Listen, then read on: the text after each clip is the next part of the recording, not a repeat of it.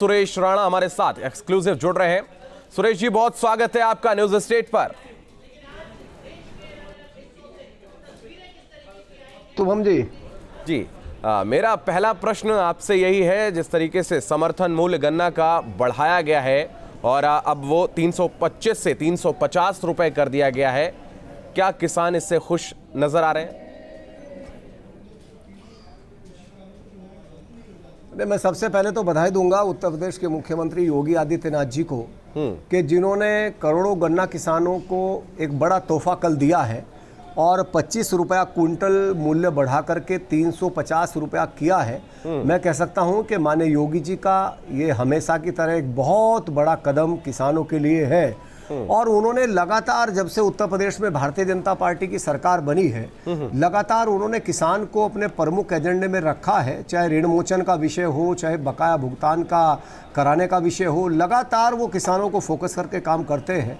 और यदि इसका 25 रुपये क्विंटल का हम आकलन करते हैं तो मैं कह सकता हूं कि आगामी जो सत्र है, जिस सत्र के लिए, जो भी सत्र एक महीने बाद चलने वाला है, जिसके लिए हम लोगों ने ये भाव बढ़ाया है, इससे 4000 करोड़ रुपया अतिरिक्त गन्ना किसानों के खाते में जाएगा। ये एक बड़ा कदम योगी सरकार का है और माननीय प्रधानमंत्री जी का जो संकल्प है, जो सपना है कि हमने किसान की आय दोगुना करनी है, मैं कह सकता हूँ उसकी तरफ मजबूती से बढ़ता हुआ एक कदम। सबसे बड़ा सवाल यही उठता है कि आखिर कितने किसानों को इससे फायदा होगा? नहीं शुभम जी, उत्तर प्रदेश में 45 लाख किसान रजिस्टर्ड किसान है गन्ने का, और जो रजिस्टर्ड नहीं भी है, जब एसएपी बढ़ता है तो यदि वो क्रेशर पर जाएगा तो वहाँ भी कंपैरिजन में उसको बढ़कर के भाव मिलेगा। तो मोटे तौर पर मैं कहूँ तो 65 लाख गन्ना किसान उत्तर प्रदेश का इससे लाभान्वित होता है। और निश्चित रूप से 65 लाख का यदि आप देखो तो लगभग 2 से 2 करोड़ के करीब लोग सीधे सीधे और गन्ने से पर आधारित है, गन्ने से जुड़े हुए हैं। और ये बड़ा फैसला सरकार का है और जिस तरह से कल किसानों ने हाथों हाथ इसको लिया और जब उन्होंने घोषणा की और लाखों की संख्या में मौजूद किसान सीट से खड़े होकर के जिस तरह से उन्होंने योगी जी का अभिनंदन किया और जिस प्रकार की प्रतिक्रिया किसान पंचायत कर रहे हैं, योगी जी का अभिनंदन कर रहे हैं, गांव-गांव में मीटिंग हो रही है, वो योगी जी के अभिनंदन के लिए मीटिंग कर रहे हैं कि योगी जी ने बड़ा फैसला किया है, 25 रुपया मूल्य बढ़ाया है। तो चारों ओर से जो समाचार है वो ये है कि आदरणीय योगी जी के द्वारा जो 25 रुपया भाव बढ़ा करके 350 सीधा किया गया है, उससे किसानों में भारी उत्साह है। कल फैसला लिया गया है और आपका कहना है कि किसानों में उत्साह है, तो लेकिन फिर आज जो सड़क पर किसान आखिर क्यों ये नाराज नजर आ रहे हैं?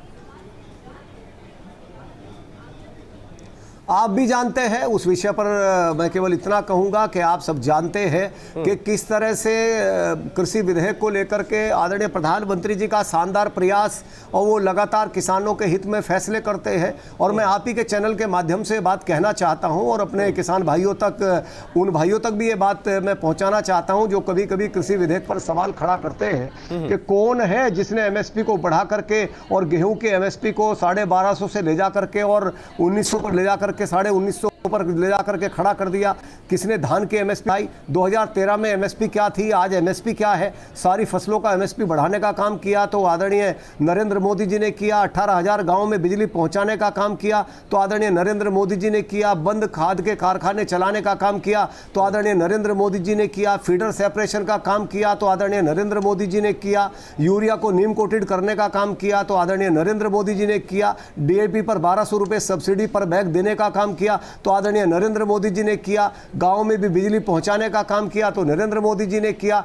अब तक आजादी के बाद जितने फैसले किसानों के हित में हुए होंगे उससे ज्यादा फैसले 7 वर्षों में आदरणीय नरेंद्र मोदी ने किसानों के हित में करने का काम किया। और कृषि विधेयक भी उसी का एक हिस्सा है। उन्होंने कहा है हम किसान को खुला बाजार देना चाहते हैं, हम किसान को विकल्प देना चाहते हैं और किसानों के पैर में जो बंधन के जेवड़े हैं उन्हें हम खोलना चाहते हैं। किसान अपने माल को कहीं भी देश में बेच सकता है। मैं पूछना चाहता हूं इसमें कौन सी गलत बात है, इसमें कौन सा विरोध का विषय है? और धरना प्रदर्शन, जाम काम, इसकी नौबत तब आती है जब कोई सरकार सुनती नहीं है।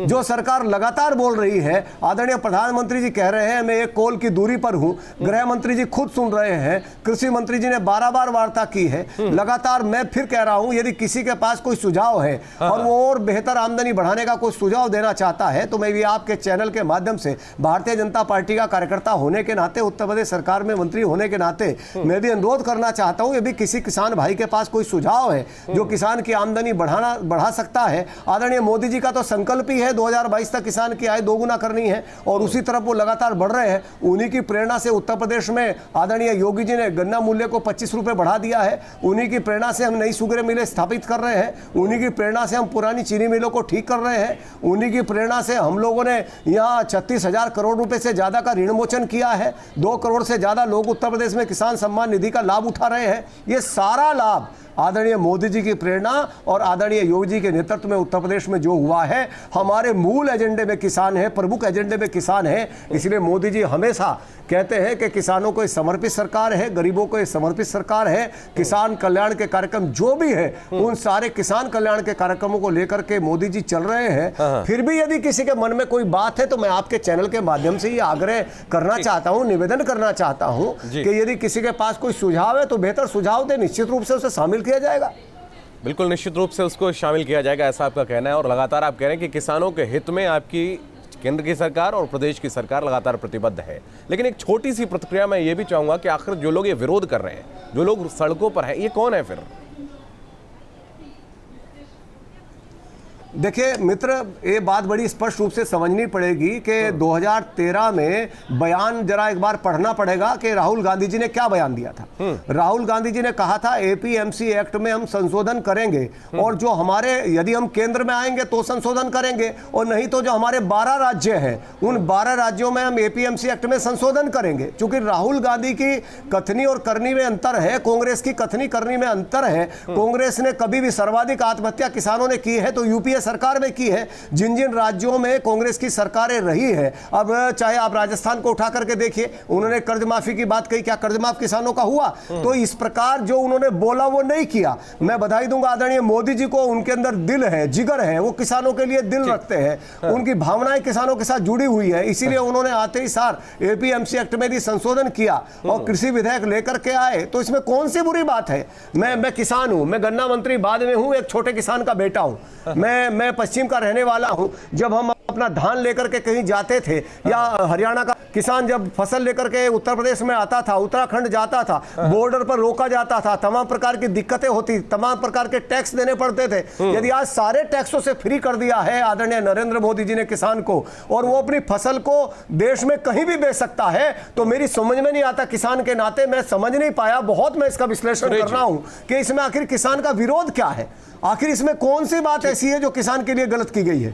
सुरेश जी, माना जा रहा है और प्रदेश की राजनीति का विश्लेषण करने वाले तमाम जो राजनीतिक विश्लेषक हैं उनका भी कहना है कि पश्चिमी उत्तर प्रदेश में अपनी सियासी जमीन को मजबूत करने के लिए यह कदम उठाया आपने। देखिए, जहां तक सियासी जमीन की बात है तो वो बड़ा स्पष्ट है और वो सब लोगों ने देख लिया, सबका मन भी बना हुआ है। आपने देखा होगा कि जिस प्रकार 2019 के चुनाव में सबने कहा हमारा एक ही मिशन है, ना हमारा विकास मिशन है, ना सड़कें हैं, ना अस्पताल है, ना बिजली है, हमारा एकमात्र मिशन है मोदी को रोकना है। सबका एक ही नारा था, मोदी को रोकना है। गठबंधन, बड़े बड़े गठबंधन किए, सपा बसपा सब एक मंच पर आ गए, आरएलडी एक मंच पर आ गई। जो कभी आपस में बात नहीं करते थे उन्होंने सीटों का बंटवारा कर लिया, उन्होंने कहा बस मोदी को रोकना है। और मैं मित्र कहना चाहता हूं कि सबसे बड़ा गठबंधन होता है जनता का गठबंधन, और यदि जनता के साथ गठबंधन है तो विकास का गठबंधन है। और विकास दिया है मोदी जी ने, विकास दिया है योगी जी ने, और विकास के इस गठबंधन का ही परिणाम है कि सारे गठबंधनों की सीमाओं को तोड़ते हुए उत्तर प्रदेश में 2019 में जो परिणाम आया। और जहां तक सियासी जमीन की बात है, आपने देखा होगा जब उत्तर प्रदेश में उपचुनाव हुआ था तो बहुत लोगों ने कहा था सेमीफाइनल है, ये सेमीफाइनल है, एक सीट बीजेपी की नहीं आएगी। परिणाम आया तो सबको पता चल गया। फिर पंचायत का चुनाव आया तो लोगों ने कहा कि ना ना ना, पंचायत में बहुत बुरी हालत बीजेपी की होने वाली है। जब पंचायत का चुनाव आया तो देश की आजादी के बाद सबसे बड़ा समर्थन पंचायत में मिला तो भारतीय जनता पार्टी को उत्तर प्रदेश के चुनाव में मिला। चाहे जिला पंचायत हो, चाहे ब्लॉक प्रमुख हो, तमाम में अभूतपूर्व सफलता भारतीय जनता पार्टी को मिली। वो इसलिए मिली कि आदरणीय मोदी जी ने, आदरणीय योगी जी ने गांव के विकास को फोकस किया है। किसान मसीहा चौधरी चरण सिंह जी कहा करते थे कि देश की तरक्की का रास्ता खेत और खलियान से जाता है, गांव से होकर के जाता है। उनकी भावना को पूरा करने का काम किया तो आदरणीय मोदी जी, आदरणीय योगी जी ने किया। उन्होंने खेत और खलियान को फोकस करने का काम किया, उन्होंने गांव को फोकस करने का काम किया, गांव की बिजली को फोकस करने का काम किया, गांव की सड़कों को फोकस करने का काम किया। और पश्चिम की बात आप कर रहे हैं, पश्चिम में तो किसान खेत में नहीं जा सकता था, पश्चिम में बहनें स्कूल नहीं जा सकती थी, किसान जाता था तो वापस नहीं आता था, बहनें बोर्ड लगा देती थी मैं स्कूल में नहीं जाऊंगी, कोई ना कोई सिटीबाज खड़ा होता था, कोई ना कोई लड़कियों को छेड़ने वाला खड़ा होता था, कोई ना कोई दंगाई खड़ा होता था। उन तमाम दंगाइयों का इलाज करने का काम किया है तो योगी सरकार ने किया है। 300 से ज्यादा दंगे हुए समाजवादी पार्टी सरकार में। ठीक है, एक दंगा करने की हिम्मत उत्तर प्रदेश में किसी के अंदर नहीं हुई। उसका कारण है, सुरेश जी, आपने समाजवादी पार्टी का जिक्र किया। पूर्व मुख्यमंत्री अखिलेश यादव का कहना है कि यही किसान आंदोलन भारतीय जनता पार्टी की टूट का कारण बनेगा। जहां तक अखिलेश जी की बात है तो वो क्या कह रहे हैं मैं इसके बारे में कोई टिप्पणी नहीं करना चाहूंगा, पर हां, मैं तो गन्ना मंत्री हूं। मैं गन्ने पर ही यदि फोकस करके अपनी बात कहूं तो 11 चीनी मिलें अखिलेश जी ने बंद कर दी थी 5 साल के अंदर। 19 चीनी मिलें बसपा सरकार में बंद हुई। 21 चीनी मिलों को कोड़ियों के दाम बेच दिया गया। क्या अखिलेश जी इस पर बोलेंगे कि 30 चीनी मिलें 10 साल के अंदर उत्तर प्रदेश में बंद हुई? अरे मुडेरवा में किसान चीनी मिल की मांग करता था, गोलियां चलाई जाती थी, लाठियां बजाई जाती थी, 3 किसान शहीद हो गए। नई चीनी मिल देने का काम किया तो योगी जी ने किया। किसान मसीहा चौधरी चरण सिंह जी के क्षेत्र में बागपत में रमाड़ा नई चीनी मिल देने, अखिलेश यादव जी से भी तो मांग की गई थी कि रमाड़ा चीनी मिल का विस्तारीकरण कर दो, क्यों नहीं कर पाए? उनके एजेंडे में किसान नहीं है, उनके एजेंडे में नौजवान नहीं है, उनके एजेंडे में व्यापारी नहीं है, उनके एजेंडे में है तो सफाई है। उनके एजेंडे में केवल सफाई है। विकास होगा सफाई का होगा, अस्पताल बनेगा सफाई में बनेगा, स्टेडियम बनेगा सफाई में बनेगा, मेडिकल कॉलेज बनेगा सफाई में बनेगा, नौकरी मिलेगी तो वहां के लोगों को मिलेगी। सबका साथ सबका विकास, ये मोदी जी का मूल मंत्र है, योगी जी का मूल मंत्र है। हम सबको साथ लेकर के चलते हैं और पंडित दीनदयाल उपाध्याय जी का सपना के अंतिम छोर तक विकास पहुंचे, सुदूर गांव तक भी विकास पहुंचे, उस सपने को पूरा करने का काम आदरणीय मोदी जी, आदरणीय योगी जी ने किया है। उन्होंने प्रयोगशाला चलाई तो दंगे की प्रयोगशाला चलाई। मैं तो आपके सामने बैठा हूं चैनल पर, मेरे सवाल का जवाब मेरे जैसे लोगों को और जिस सारी बातें की आपने आरोप लगाए, आरोप प्रत्यारोप में सवाल का जवाब नहीं मिल पाया। उनका कहना है कि भाजपा टूट जाएगी इस आंदोलन के जरिए। बताइए कैसे? इसका तो आप जवाब दीजिए ना। ये सबको मालूम है, ये सबको मालूम है कौन टूट रहा है, ये सबको मालूम है। मैं किसी पर कभी कोई टिप्पणी नहीं करता और मैं राजनीति को स्वस्थ परंपरा के साथ बोलता हूं, यही भारतीय जनता पार्टी का संस्कार है। और मैं ये भी नहीं कहूंगा कि वो पहले अपने घर को देखें, ये कहना भी ठीक नहीं है मेरे लिए, क्योंकि मैं बहुत सम्मान करता हूं उनका। और निश्चित रूप से मैं कह सकता हूं कि राजनीतिक आधार पर पारिवारिक टिप्पणी करना मुझे अच्छा नहीं लगता, लेकिन हाँ, वो कह रहे हैं भारतीय जनता पार्टी टूट जाएगी तो अपने दल का एक बार विश्लेषण करें। भारतीय जनता पार्टी केवल सत्ता प्राप्त करने के लिए पार्टी नहीं है, केवल सरकार बनाने के लिए भारतीय जनता पार्टी काम नहीं करती। भारतीय जनता पार्टी काम करती है तो देश को बनाने के लिए करती है। हमारे लिए नेशन फर्स्ट है, देश हमारे लिए पहले है, राजनीति बाद में है, सीटें भी बाद में है, केंद्र भी बाद में है, प्रदेश भी बाद में है, राज्यसभा, लोकसभा, विधानसभा सब बाद में है। हमारे लिए एजेंडा पहले है तो देश है, नेशन फर्स्ट है। हम ऐसा नहीं करते कि सीआरपीएफ कैंप पर रामपुर में आतंकी हमला होता है और समाजवादी पार्टी आतंकियों को छुड़ाने की सिफारिश करती है। आगरे में समाजवादी पार्टी का धरना होता है तो पाकिस्तान जिंदाबाद के नारे लगते हैं। सरकार में बैठे मंत्री दंगाइयों को छुड़ाने का प्रयास मुजफ्फरनगर में करते हैं। ये किसी से छिपा है क्या? चैनलों पर भी प्रतिबंध लगा दिया था। ठीक है चैनलों सुरेश जी, आपकी पार्टी लगातार दावा भी कर रही है, आरोप लगाते थे, उनको भी डराते थे, आपकी पार्टी लगातार दावा कर रही है कि आप सत्ता में वापस आने जा रहे हैं। आपकी पार्टी के वरिष्ठ नेता और प्रभारी भी हैं प्रदेश के धर्मेंद्र प्रधान, अब से कुछ दिन पहले वो राजधानी लखनऊ में थे और उन्होंने उत्तर प्रदेश के मुख्यमंत्री योगी आदित्यनाथ को नेतृत्व में ही चुनाव लड़ने की बात भी उन्होंने की कि आगामी जो 22 का महासमर है वो योगी आदित्यनाथ के नेतृत्व में ही लड़ा जाएगा। तो आखिर इसको कैसे देखते हैं? क्या इससे बड़ा परिवर्तन क्या कुछ होगा और हर एक कार्यकर्ता क्या आपकी पार्टी का इसको स्वीकारेगा? नहीं, हमारे पास आदरणीय नरेंद्र मोदी जी जैसा प्रधानमंत्री है और मैं कह सकता हूं पूरी दुनिया में भारत का मान सम्मान, भारत का परचम लहराने वाले दुनिया के सबसे लोकप्रिय नेता और भारत के प्रधानमंत्री नरेंद्र मोदी जी ने हर भारतवासी का सीना चौड़ा किया है। उत्तर प्रदेश में योगी आदित्यनाथ जैसा ईमानदार शानदार नेतृत्व तो हमारे पास है। हमारी पार्टी के नेता, हमारे राष्ट्रीय अध्यक्ष आदरणीय जेपी नड्डा जी, हमारे प्रदेश अध्यक्ष आदरणीय स्वतंत्र देव सिंह जी, हमारे संगठन का एक एक कार्यकर्ता बूथ अध्यक्ष तक और बूथ की कमेटी तक भारतीय जनता पार्टी के कार्यकर्ता समर्पित भाव से काम करते हैं और सेवा ही संगठन है, ये हमारा मूल मंत्र है। लगातार सामाजिक कामों के साथ जुड़ करके भारतीय जनता पार्टी का जो ढांचा है वो अपने आप में आज भारतीय जनता पार्टी दुनिया की सबसे मजबूत, सबसे बड़ी पार्टी है।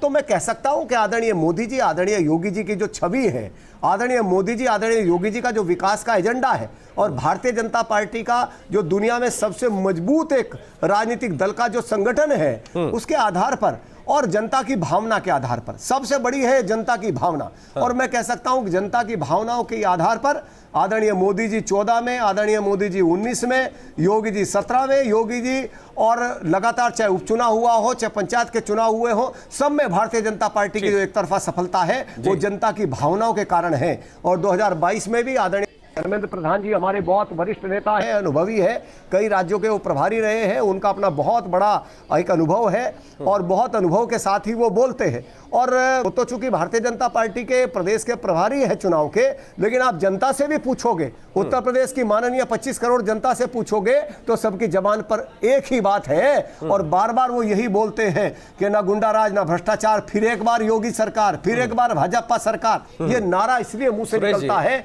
क्योंकि उन्होंने देखा है उत्तर प्रदेश में कैसे विकास हो रहा है। जी सुरेश जी, चूंकि आप गन्ना मंत्री हैं और सीधे तौर पर किसानों से आपका सरोकार है, तो किसानों की हम एक बार फिर से आपसे बात करते हैं। किसान सम्मान निधि की चर्चा होती है और आप हमेशा से जब भी मंच पर आपकी कोई रैली होती है या चुनाव प्रचार में आप जाते हैं तो किसान सम्मान निधि का जिक्र उत्तर प्रदेश में हुआ और बंगाल में भी आपने इसका जिक्र किया था जाके, अभी जब भारतीय जनता पार्टी वहां पर चुनाव लड़ रही थी। लेकिन विपक्ष के द्वारा हमेशा से आरोप लगाया जाता रहा है, लोगों के द्वारा भी कहा जाता है कि बड़ा छोटी सी निधि है, बहुत कम पैसा दिया जाता है किसान सम्मान निधि के नाम पर, मजाक है, विपक्ष कहता है।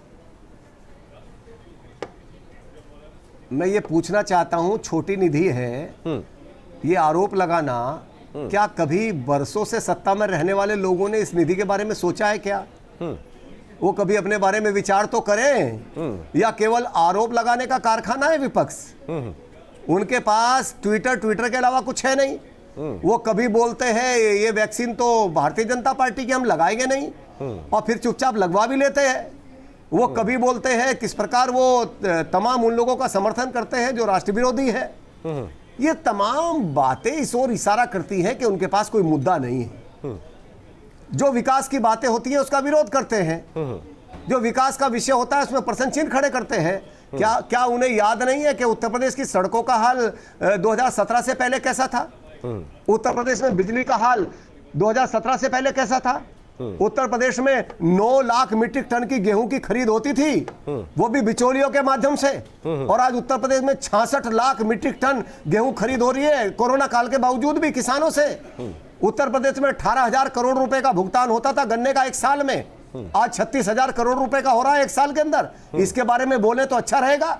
वो 95,000 करोड़ रुपए का भुगतान 5 साल में करते हैं, हम 1,44,000 करोड़ का भुगतान चलिए 4 साल में करते हैं। इसके बारे में बोले तो अच्छा रहेगा। ठीक है, लेकिन केवल आरोप के लिए आरोप लगाना, और चूंकि उनकी गलती भी नहीं है, अब जनता उनकी सुनने वाली नहीं है, फ्रस्ट्रेशन के शिकार है, उन्हें दिख भी रहा है कि आदरणीय मोदी जी, आदरणीय योगी जी के विकास के साथ एक एक बच्चा उत्तर प्रदेश का, देश का खड़ा हुआ है, इसलिए उनकी गलती नहीं है।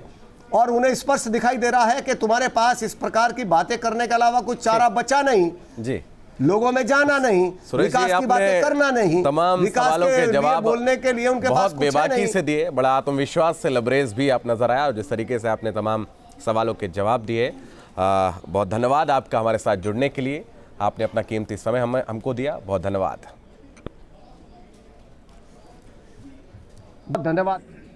तो गन्ना मंत्री सुरेश राणा एक्सक्लूसिव हमारे साथ जुड़े थे इस खास कार्यक्रम में। फिलहाल इतना ही, आप लगातार बने रहिए न्यूज़ स्टेट के साथ।